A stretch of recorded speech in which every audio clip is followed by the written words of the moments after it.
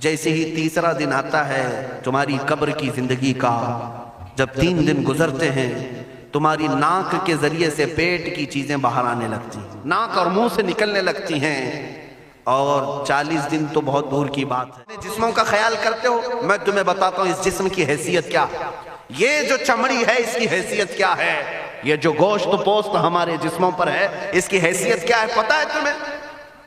اس کو سجانے کے لیے عورتیں 2-2 گھنٹہ شیشے کے پاس کھڑے ہو کر میک اپ کرتی رہیں۔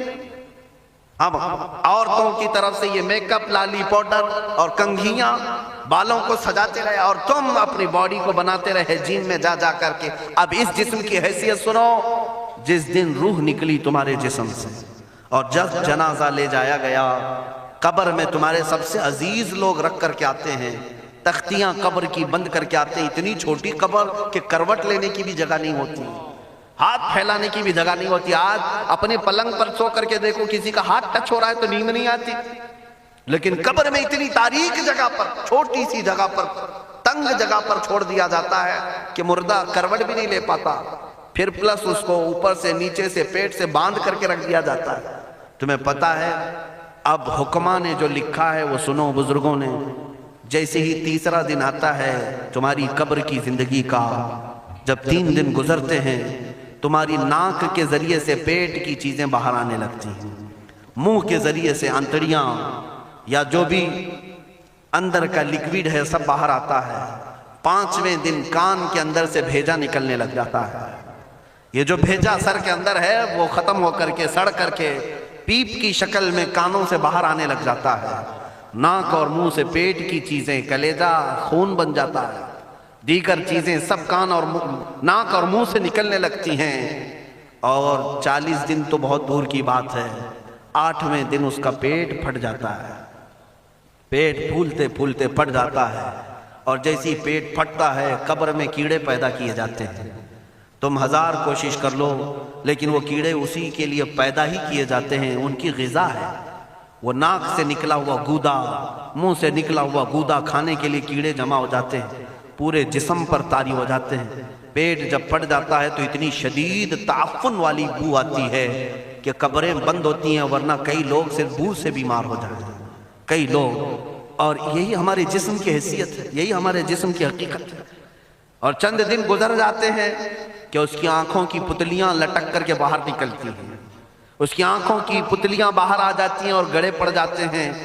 اب جو جسم کے اوپر موجود گوشت ہے اس کو چونٹیاں، مکوڑے اور کیڑے کھانے لگ جاتے ہیں، کھاتے کھاتے 2-3 مہینے کے اندر اس کو صرف اور صرف ڈھانچے کی شکل چھوڑ دی جاتی ہے، ہڈیاں باقی رکھی جاتی ہیں۔ جن بالوں میں تم کنگھیاں کرتے ہیں ان بالوں کی جڑوں میں پیپ پیدا کیا جاتا ہے، ہر بال کی جڑ پیپ بہاتی ہے۔ اور جن چہروں پر تم پاؤڈر لالی لگا کر کے اس کو سجایا کرتے آئینے میں کھڑے ہو کر، ان چہروں پر اللہ تبارک و تعالیٰ ایسی جھریاں پیدا کرتا ہے۔ یہ تو عام لوگوں کی بات، اور اگر گنہگار ہیں تو ان کے چہروں پر بچھو چھوڑ دیے جاتے ہیں، بچھو چھوڑ دیے جاتے ہیں۔ کئی لوگوں کی قبروں پر سانپ ان کی ناک کو ڈستے رہتے ہیں اور ان کا گودا پیتے رہتے ہیں۔ سانپوں کا عذاب، بچھوؤں کا عذاب، یا قبر کے عذاب کے ساتھ یہ جسم گلا دیا جاتا ہے، ہڈیوں کے سوا کچھ نہیں باقی رہتا۔ تم کیا سمجھتے ہو مرنے کے بعد احساس نہیں ہوگا؟ مرنے کے بعد ہر درد کا احساس دگنا کر دیا جائے گا۔ آج زندگی میں جتنا تمہیں چونٹی کاٹنے سے درد ہوتا ہے، مرنے کے بعد یہ درد 10 گنا زیادہ بڑھ جائے گا، تمہیں اور درد ہوگا، اور درد ہوگا۔ یہی جسم جو کیڑوں کی غذا بن گیا، کفن ختم ہو گیا، ہمارے جسم میں پیٹ کا گودا باہر آ گیا، آنکھوں سے کانوں سے ساری چیزیں لیکویڈ ختم کر دی گئی، بھیجا کانوں سے بہہ کر کے نکل آیا، بچا کیا ہمارے پاس؟ جس جسم کو ہم سجاتے رہے، سنوارتے رہے، اس پر ہزاروں پیسے بہاتے رہے، یہ جسم 40 دن کے اندر کیڑوں کی غذا بن گیا، سب ختم ہو گیا۔ میرے عزیزو، ہر انسان کے جسم کے ساتھ قبر یہی کرتی ہے، قبر دباتی الگ ہے، کیڑوں کا عذاب الگ ہے، بچھوؤں کا عذاب الگ ہے، لیکن یہ سب کے لیے احکام نہیں۔ کچھ وہ بھی جنازے ہیں جب یہاں سے جاتے ہیں تو ہزاروں کی آنکھوں میں آنسو چھوڑ کر جاتے ہیں، ہزاروں کی دلوں کی دھڑکن بن کر کے جاتے ہیں۔ ان کے جنازے جب جاتے ہیں تو اللہ کے ملائکہ بھی، فرشتے بھی ان کے جنازے کو اٹھانے کے لیے زمین پر آتے ہیں۔ یہ کون لوگ ہیں؟ جو اپنے سینوں میں عشق مصطفیٰ کی شمع روشن کیے ہوئے تھے. جینا چاہتے تو مصطفیٰ کے لیے، مرنا چاہتے تو مصطفیٰ کے لیے. فاضل بریلوی نے کیا خوب کہا، لحد میں عشق عشق رخ شہ کا داغ لے کے چلے، اندھیری رات سنی تھی چراغ لے کے چلے. جب قبر میں جاتا ہے ایک عاشق رسول، اسے رکھا جاتا ہے، کفن اس کا بھی ہے، جسم اس کا بھی ہے، لیکن فرشتوں سے بھی کہا جاتا ہے اسے آہستہ سے جگانا، محمد عربی کا غلام ہے، رسول پاک کا وفادار ہے. اور کیڑوں کا اس کے جسم کو کھانا تو دور کی بات، فرمایا گیا قیامت تک اس کے کفن کو بھی میلا ہونے نہیں دیا جاتا. نہ تمہاری آنکھ سے، نہ تمہارے ناک سے، نہ تمہارے چہرے سے کوئی گودا باہر آتا ہے، کچھ نہیں میرے عزیزو.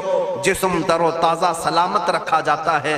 1000 سال کیا 10,000 سال گزر جائیں، حوادث زمانہ بھی آئیں، لیکن اس کی قبر میں اس کا جسم سلامت رکھا جاتا ہے. اب تمہارے ہاتھ میں فیصلہ ہے کون سا جسم بنانا چاہتے ہو، وہ جو کیڑوں کی غذا بن جائے، یا وہ جس پر فرشتے بھی اتر کر سلام بھیجیں. میں نے خود میرے مرشد گرامی کے جنازے میں حاضری تھی.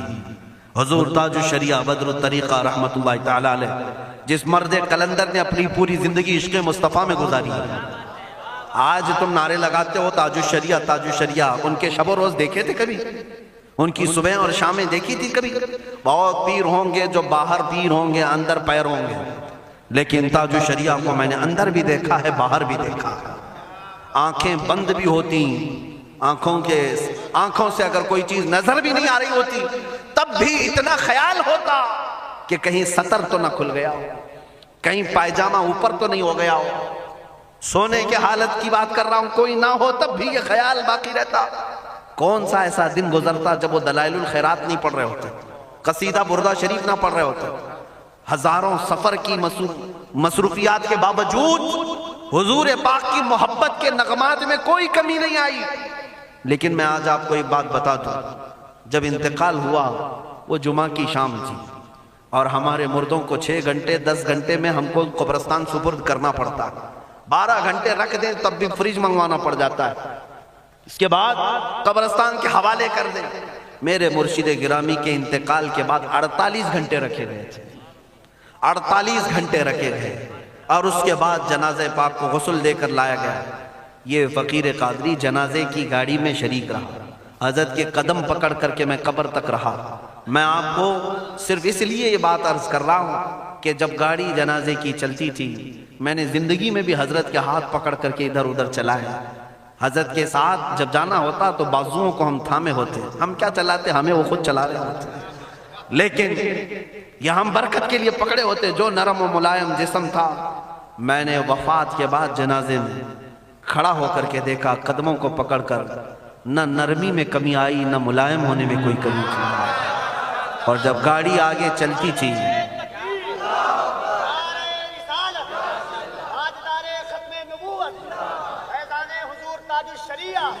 جب آپ گاڑی جنازہ جس پر رکھا ہوا تھا چلتی تھی، تو میرے عزیزوں زندگی میں جس طرح جسم نرم ملائم تھا، میں نے دیکھا کہ گاڑی جب اس کے دھڑکے ہوتے تھے ادھر ادھر، تو پیٹ مبارک اور سینے مبارک ویسے ہی ہلتا تھا جیسے کسی زندے کا ہلتا. ہاتھ پر انگلی رکھے تو خون سرک جائے اور پھر اپنی جگہ پر آ جائے. یہ کوئی مبالغے کی بات نہیں کر رہا ہوں، یہ آنکھوں سے دیکھی ہوئی چیز ہے. اور قبر انور میں رکھنے کے بعد جب ان کے صاحبزادے اور داماد نکل کر کے آئے، تو تھوڑی دیر کے بعد ہم نے دیکھا کہ چہرہ خود بخود قبلے کی طرف تھا. ہم اپنے مردوں کو رکھواتے ہیں، لیکن اس عاشق رسول نے اپنا چہرہ پہلے سے قبلے کی طرف کر لیا. یہ کرامات کہیں یا زندگی کی حقیقت کہیں، حقیقی بات تو یہ ہے جو مصطفیٰ کی یاد میں جاتا ہے. اس نے کیا ہی خوب کہا شاعر کہ میرے جنازے پہ رونے والوں فریب میں ہو بغور دیکھو، میرے جنازے پہ رونے والوں فریب میں ہو بغور دیکھو، مرا نہیں ہو غم نبی میں لباس ہستی بدل گیا. ہاں، مرا نہیں ہو غم نبی میں لباس ہستی بدل گیا ہوں. ان عاشقوں کا حال یہی ہوتا ہے کہ یہ مر بھی جاتے ہیں، انتقال کر بھی جاتے ہیں، تو بس لباس بدلتا ہے، لیکن زندگی پہلے سے اور بلند ہوتی ہے. عزیزان گرامی تمہیں اسی بات پر میں لانا چاہتا ہوں، کون سی زندگی گزارنا چاہو گے؟ کون سی زندگی؟ یا عیاشوں کی، یا نچنیوں کی، یا مجرا کرنے والوں کی، ان ظالموں کی جو جہنم کی طرف تمہیں لے جانے کے لیے تیار بیٹھے ہیں؟ چند دنوں کی عیاشی ہے، تم گانے گا کر اچھل کود کر کے اپنے نفس کو تو راضی کر سکتے ہو، لیکن رب ذوالجلال کی رضا کبھی نہیں لے سکتے۔ آج تم دنیا میں فلموں کی زندگی جی کر کے تھوڑی دیر کی خوشی تو حاصل کر سکتے ہو، لیکن قبر کی راحت کبھی نہیں لا سکتے، قبر کا سکون کبھی نہیں لا سکتے۔ قبر میں اگر سکون چاہیے تو صرف ہمارے سینوں کو ادھر حوالے کرنا ہوگا، مصطفیٰ کریم کے حوالے کرو۔ اب اپنی زندگی کو بدلنے کا وقت آ گیا۔ اے میرے عزیزو، ناموس رسالت کی حفاظت یہی ہے کہ حضور کے اخلاق کی پہلے حفاظت کی جائے، حضور کی سنتوں کی حفاظت کی جائے، حضور پاک کے نام پاک کی حفاظت کی جائے، ان کی تعلیمات، ان کے احادیث کی حفاظت کی جائے، جس طرح صحابہ اکرام نے اپنی جانیں قربان کر کے حضور کی عزت کی حفاظت کی ہے۔ آج وقت آیا ہے ان ظالموں کی طرف نہ دیکھنا، یہ بھونک بھونک کر کے تمہیں جگا رہے ہیں، بیدار کر رہے ہیں۔ میں جواب دیتا رہوں گا انشاءاللہ، لیکن ساتھ میں ان حادثات کو اپنے لیے ایک الگ انداز سے دیکھتا ہوں۔ اگر کوئی کتا کوفے میں بیٹھ کر بھونکتا ہے اور میرے نبی پاک کی عظمت پر حملے کرتا ہے تو درد تو ہوتا ہے، لیکن ساتھ میں عقیدہ بھی تو ہمارا یہ ہے، رہے گا یوں ہی ان کا چرچا رہے گا، رہے گا یوں ہی ان کا چرچا رہے گا، پڑے خاک ہو جائیں جل جانے والے۔ یا رسول اللہ تو گھٹائے سے کسی کے نہ گھٹا ہے نہ گھٹے گا، جب بڑھائے تجھے اللہ تعالیٰ تیرا، مٹ گئے مٹتے ہیں مٹ جائیں گے آدھا تیرے، نہ مٹا ہے نہ مٹے گا کبھی چرچا تیرا۔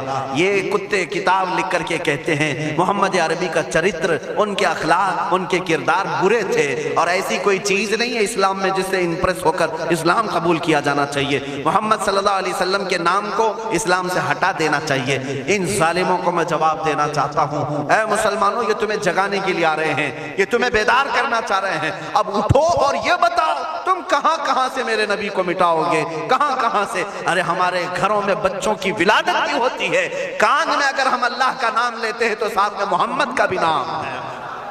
ہمارے بچے جس دن اس دنیا میں آتے ہیں اذان ان کے کانوں میں دی جاتی ہے تو اللہ کے نام کے ساتھ محمد کا نام بھی آتا ہی ہے۔ ہماری اذانیں، ہمارے نماز کو بلانے والی آوازیں، تم کیا مٹا پاؤ گے محمد عربی کے نام کو؟ یہ ہزاروں نہیں کروڑوں اذانیں بار بار دن میں دے دے کر کے بتاتی ہیں کہ تم واللہ محمد عربی صلی اللہ علیہ وسلم کا ذکر تم کبھی الگ نہیں کر سکو گے۔ ذکر خدا جو ان سے جدا چاہو نجدی ہو، واللہ ذکر حق نہیں کنجی سقر کی ہے۔ حضور پاک کا نام کہاں سے ہٹاؤ گے؟ اذانوں سے ہٹاؤ گے، اقامت سے ہٹاؤ گے، نمازوں سے ہٹاؤ گے؟ بلکہ اقبال نے کیا ہی خوب کہا تھا، دشت میں دامن کوہسار میں میدان میں ہے۔ کہاں ہے یہ نام؟ دشت میں دامن کوہسار میں میدان میں محمد ہے، بحر میں موج کی آغوش میں طوفان میں محمد ہے، چین کے شہر مراکش کے بیابان میں محمد ہے، اور پوشیدہ ہر مسلمان کے ایمان میں محمد ہے۔ میں نے یہ تبدیل کر کے اسی لیے پڑھا ہے کہ ہر جگہ محمد ہے۔ رسول پاک صلی اللہ علیہ وسلم کو تم کہاں سے ہٹاؤ گے؟ ہمارے کروڑوں کی زندگیاں اس نام پاک پر قربان، اس نام پاک پر قربان۔ ان ظالموں کو یہ بات بتا دینا، اس نام پاک پر اللہ نے نقطہ تک نہیں رکھا ہے۔